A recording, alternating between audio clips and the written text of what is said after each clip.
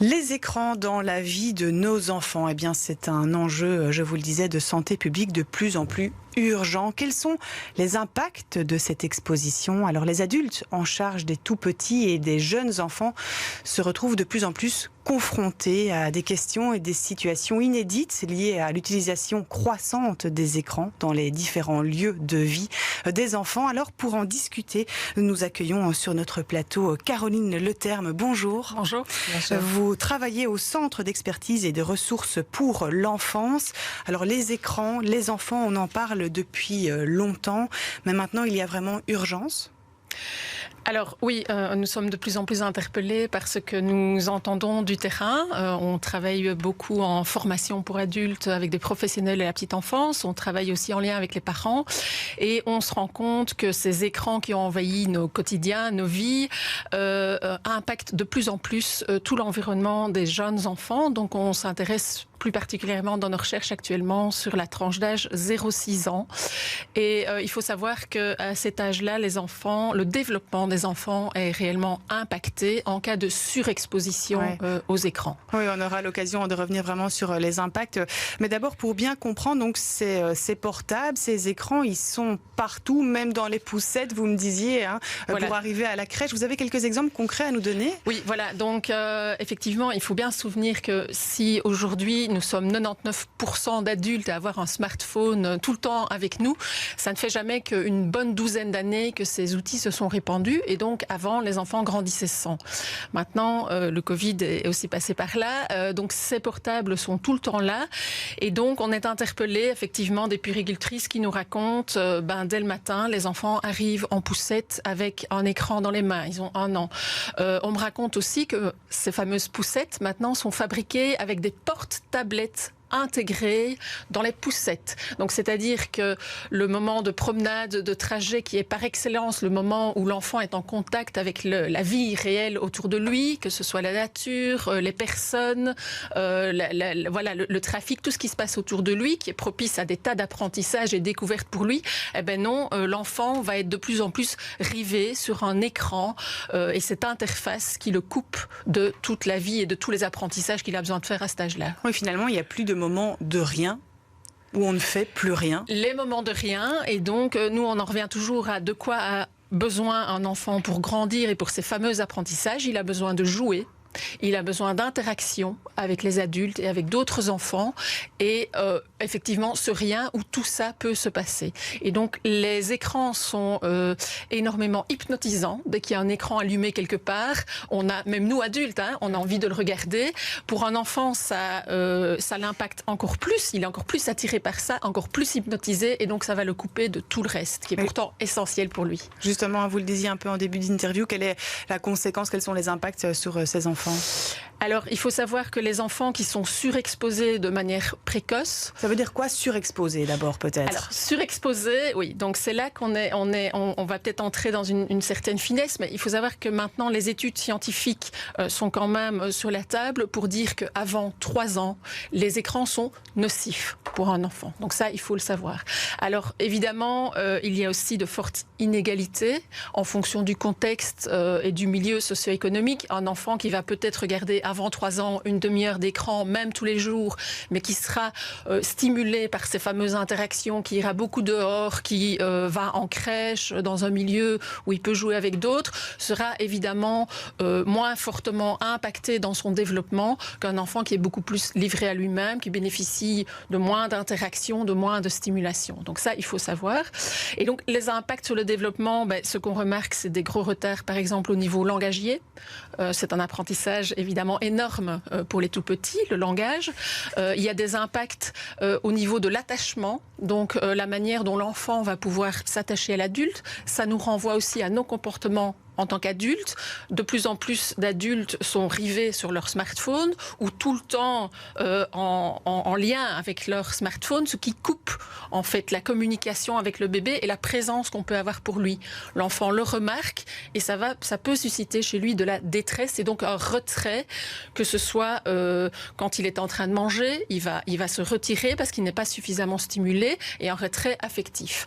Il y a aussi des troubles de comportement, d'excitation, d'attention, de manque de concentration, etc. Voilà. Donc on voit que c'est assez énorme en fait. Mais c'est vrai qu'on a tous tendance aussi, par exemple, à photographier ou filmer son bébé. Est-ce que là aussi, ça pose problème ? Alors, nous, c'est en tout cas quelque chose qu'on interroge et on ne veut surtout pas culpabiliser les parents parce qu'il y a un paradoxe énorme et que nous vivons en fait au niveau sociétal. C'est pour ça, vous le disiez à juste titre, c'est un réel enjeu. Il y a un paradoxe énorme que d'une part, on tire la sonnette d'alarme, attention, et on connaît les campagnes pas d'écran avant 3 ans, ce genre de choses-là. On tire une sonnette d'alarme de plus en plus, comme je dis, appuyée par les recherches scientifiques. Et d'un autre côté, au niveau sociétal, c'est devenu une espèce de culture numérique. On est tous avec nos smartphones, mais aussi les télévisions, les tablettes, les écrans, à tout bout de champ. Et comme vous le dites, à juste titre, voilà, donc nous, on développe un jeu dont on va peut-être parler, un jeu de plateau pour discuter de ces choses-là avec les adultes, qu'ils soient parents professionnels. Et une des questions, c'est par exemple, est-ce que vous êtes en promenade en forêt, sortez-vous votre smartphone à un moment ou à un autre, ne fût-ce que pour faire des photos? À votre avis? La réponse est oui, bien sûr. La réponse est oui. Et donc ce sont tous ces gestes qui nous paraissent anodins désormais, mais je le rappelle, il y a 15 ans, ils n'existaient pas, qui accompagnent le bébé dans sa découverte du monde. Et donc pour lui, tout ça devient normal. Et donc quand ils vont... Pourquoi encore leur dire non, pas d'écran pour toi, c'est pas bon. Quand ils grandissent, en plus, on va vouloir mettre des limites, etc. Et en même temps, ils comprennent pas parce que tous les adultes autour d'eux sont tout le temps sollicités, happés par leurs propres écrans. Allez, vous avez un peu parlé du jeu maintenant. Maintenant, on a envie de le voir. Peut-être donnez-moi juste déjà la boîte. Comme ça, on va bien la montrer à l'écran. Hop. Et expliquez-nous un petit peu de quoi il s'agit. C'est vrai que vous aviez parlé un peu spontanément déjà de la culpabilité du parent ou de ceux qui s'occupent des enfants parce qu'il y a différentes injonctions et c'est pas facile d'y voir clair en fait. Tout à fait. Donc l'idée du jeu, elle est née l'année passée quand on était en discussion avec ces professionnels qui se disaient réellement démunis, donc ces professionnels par exemple de crèche, etc., ils se disaient démunis face à l'ampleur du problème et de ne pas savoir comment aborder la question avec les parents. Autant, par exemple, une puéricultrice le matin va demander comment s'est passée la nuit, est-ce qu'il a bien mangé, il a déjà été changé. Autant sur les écrans, on n'ose pas parce qu'on a l'impression que c'est du domaine de la pratique privée, on ne sait pas trop. Ça reste tabou un peu. Ça reste un peu tabou, c'est nouveau. Enfin voilà, tout le monde a besoin de prendre ses marques par rapport à ça et en même temps conscience qu'il y a un problème énorme. Et donc nous, on s'est dit, ok, là il y a quelque chose qu'on doit faire dans notre boulot par rapport à l'enfance et ses professionnels et ses parents qui sont en demande. Et donc on a imaginé faire un jeu. Alors au début c'était, on va peut-être faire des vrais ou faux pour un peu décrypter qu'est-ce qui se passe, etc. Et puis c'est le moment du petit clin d'œil à ma collègue Caroline Ovard qui est une grande joueuse et qui a dit, ah non, moi je vois bien, on va faire un jeu de plateau, une dynamique, tu vois. Et alors donc on va symboliser le monde réel, le monde virtuel. Et donc l'idée, c'est de se mettre autour de la table avec des parents ou avec des professionnels, ou encore mieux avec les deux ensemble, parce qu'on veut vraiment montrer que nous sommes tous embarqués dans cette problématique qui touche la petite enfance, l'enfance, l'adolescence aussi. Et donc de pouvoir discuter, effectivement on a gardé l'idée de vrai ou faux, pour quelques données scientifiques où on est l'impact sur le développement de l'enfant. On va aussi débattre de choses. Je parlais, ou est-ce que quand vous allez au restaurant, est-ce que vous sortez votre smartphone pour occuper l'enfant parce qu'il faut attendre le plat. Il y a des tas de situations courantes où on s'interroge, est-ce qu'on le fait, est-ce qu'on ne le fait pas. On interroge aussi les professionnels, on leur envoie les questions.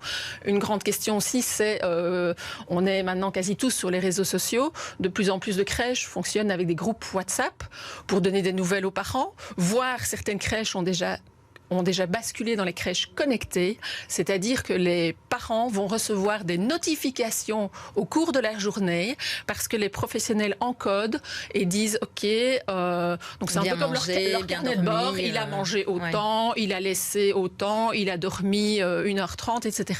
Et donc on a des parents dans leur vie professionnelle, privée, qui reçoivent au fur et à mesure des notifications. Donc ça nous pose évidemment énormément de questions sur... Mais qu'est-ce que ça montre ? C'est une perte de confiance dans le système. C'est aussi, finalement, là où vous preniez l'exemple tout à l'heure de parents qui vont donner un téléphone pendant une file. Ce sont aussi des parents qui font un peu comme ils peuvent. Exactement. Donc nous, alors il y a une grande affirmation qu'on réfute, qui est l'idée qui est véhiculée justement par ces personnes qui nous les fournissent, que l'outil est neutre et ça dépend de l'utilisation qu'on en fait. Donc il y a un peu ce mythe qui circule, oui mais un écran, un smartphone, une tablette c'est neutre, ça dépend de l'utilisation que vous faites. Alors là, je pense qu'on n'a qu'à se tourner vers soi-même et de réfléchir un moment, est-ce que réellement, chaque utilisation que je fais de mon smartphone, c'est moi qui le choisis à certains moments? Non, évidemment, le smartphone induit toute une série de fonctionnalités qu'au départ, j'ai pas nécessairement choisi, j'ai pas nécessairement dit oui. On prend l'exemple des réseaux sociaux, de se donner des nouvelles par photo, par vidéo, etc.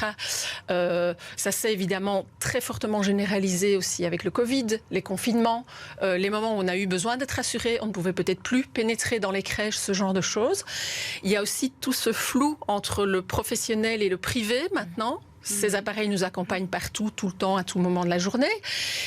Et donc, il y a effectivement certaines habitudes qui sont prises peut-être en privé et puis qui vont être prises à la crèche parce qu'on se dit « Ah ben oui, la maman qui dépose son enfant, c'est le début de la séparation, c'est difficile, je vais peut-être lui envoyer une photo pour la rassurer, montrer que tout va bien, etc. » Et hop, on est pris dans ce rouleau compresseur qui fait qu'on le fait, qu'on va toujours plus le faire, que les habitudes, que les parents sont en attente parce qu'ils ont besoin d'être rassurés, sécurisés. On en avait déjà besoin avant. Mais on gérait autrement. C'est sûr. Voilà. Est-ce que vous allez, on va faire un petit saut en France, hein. On a entendu que le président Macron, lui, voulait tenter d'interdire le téléphone jusque 3 ans et... Non, excusez-moi, ce sont les écrans jusqu'à 3 ans et les téléphones portables au moins de 11 ans. Vous trouvez ça juste? C'est ça qu'il faudrait faire ici aussi? Alors en tout cas, nous, on plaide très clairement pour qu'il y ait des responsabilités qui soient prises à différents niveaux. Ici, on parle beaucoup, nous, ce qu'on travaille avec les personnes avec lesquelles on est en contact, c'est la responsabilité individuelle, la responsabilité dans la relation à l'enfant, la responsabilité aussi des organisations, de la crèche, d'une institution, d'une école qui pourrait décider ça. Et il nous semble qu'effectivement, le politique doit aussi s'emparer de la question, parce que vous le disiez en introduction, c'est pas que ça devient, c'est un problème de santé publique qui touche les enfants. Et donc là, je pense qu'il y a des réponses collectives qui doivent être données. Oui. Vous trouvez qu'il y a eu un écho de ce sujet-là dans les élections, dans les campagnes? D'accord, voilà, ce qui signifie pour ceux qui nous écoutent, c'est un non, je pense. On va reparler un tout petit peu de ce jeu. Moi, j'avais envie quand même que ma collègue tire une carte. Ah oui, laissez-moi tirer une carte, j'adore les jeux de société.